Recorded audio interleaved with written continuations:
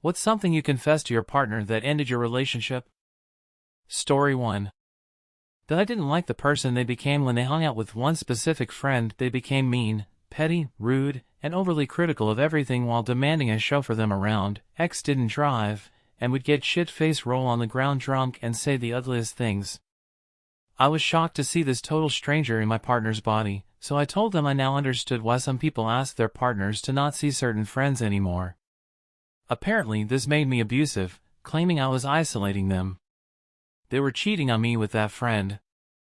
Then ended up cheating on that person, burning through multiple roommates, including 2 different former friends and a vague acquaintance. All of them apologized for believing shit said about me and owing 2 of them thousands of dollars in damages. I feel like I dodged a massive cannonball. Story 2. I told her that I lost my virginity to one of my classmates when I was 15. She thought I was disgusting for having sex with another 15-year-old. She called me a scumbag, and that I should have done it with a woman of consenting age. I thought she was joking at first, but as the conversation wore on, I realized she was serious and didn't want me sitting near her now. I tried talking it out with her, seeing if there was some misunderstanding. I kept saying we were both 15, but despite trying to clear the air, it turns out she heard me perfectly fine, and voiced herself perfectly true. She sincerely believes that underage boys should only have sex with sexually experienced women in their 20s and 30s. So yeah, 2 months of dating gone in just 1 hour because I wasn't statutory by some cougar I matched on the Megan's Law website. Story 3. I've had the flu this week and was dehydrated. I was so sick I honestly thought I was going to die in my sleep. I reached out to my friend and told him that I had a tough day and that I miss him. Told him how happy he made me feel and how much I trusted him. I love him as a person/friend. He took the whole conversation completely wrong and assumed I was emotional over him and that I loved him romantically. He told me to never text him again and to leave him alone. I was so sick at the time and was basically trying to express my gratitude to this person because I seriously thought I was on my deathbed and potentially will never speak to him again. My other friend knew something was instantly wrong with me and came over.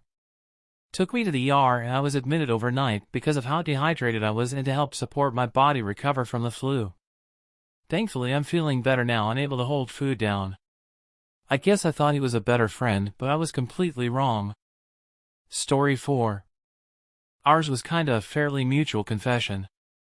We just sat through the 1-2 punch of lockdown and legalized weed. In other words, having a lot of time to ourselves with a low level of constant inebriation. Introspection just kinda happens in that environment. They confessed first. They talked about being bisexual.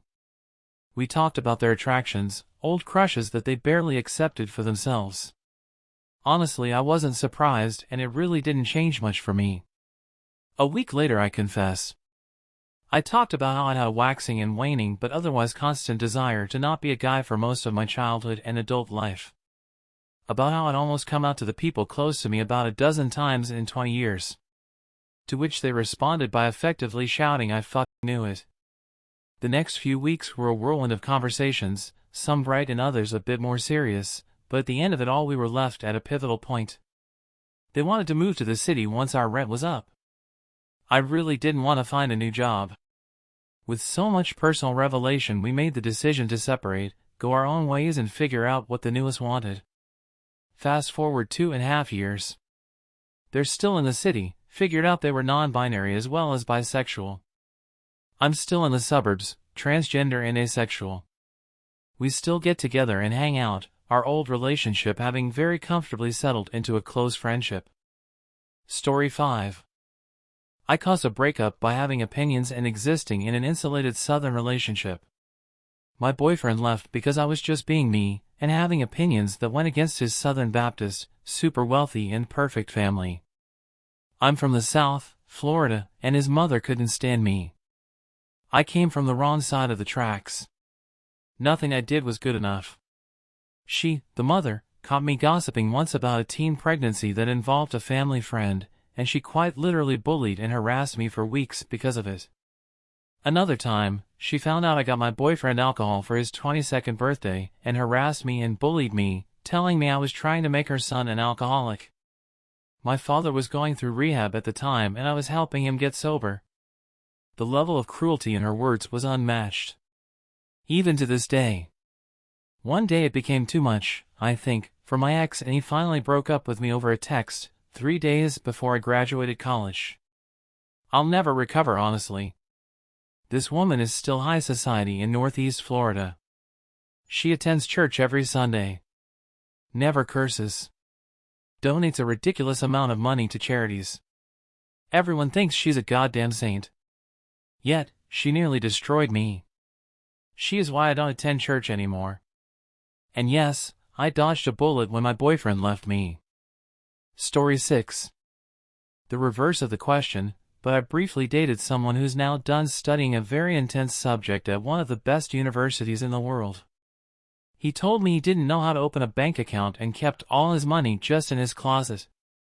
I couldn't handle it.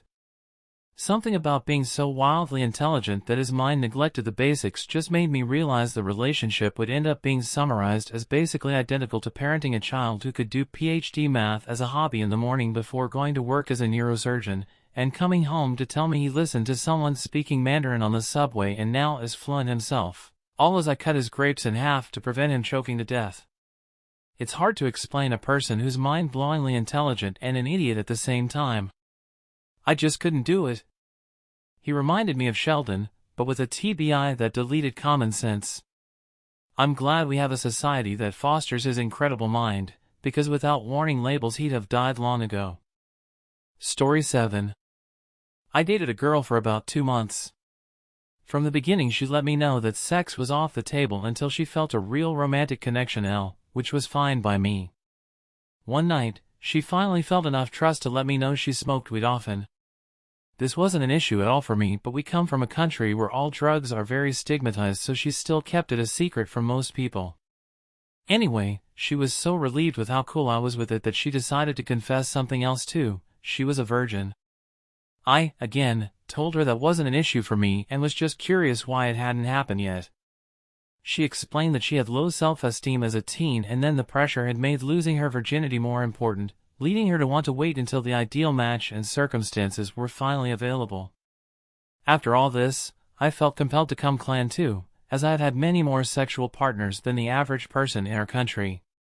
As soon as I told her the actual number, she immediately said, "Yeah, that's way too much for me, I don't want to date you anymore," and we just sat awkwardly for like 5 minutes before I just got up and left. Story 8. I told my spouse, whom I was married to for 2 years, that I couldn't go to church anymore because I didn't believe in Jehovah anymore. Full story made short, she divorced me in a year, and what was worse, she told my family, and I lost every friend I ever had in my life. I haven't seen or heard from my mother or father in nearly 18 years, and they all refuse to even acknowledge my existence. I don't have a single family member or friend anymore, and I became homeless for a whole year since everything I had was the result of being a part of the community. Good news is I have a couple of people I have been talking to the last few months, so I think I might be on track to at least have friends soon, but the shock of it all has been great and I highly doubt I will ever be married ever again or have a family. If I knew JWs were a cult when I was a teenager, I never would have been baptized, and I absolutely never would have married my ex-wife. I still wouldn't have a family though, since they still would have abandoned me, but at least the shock would have been lessened.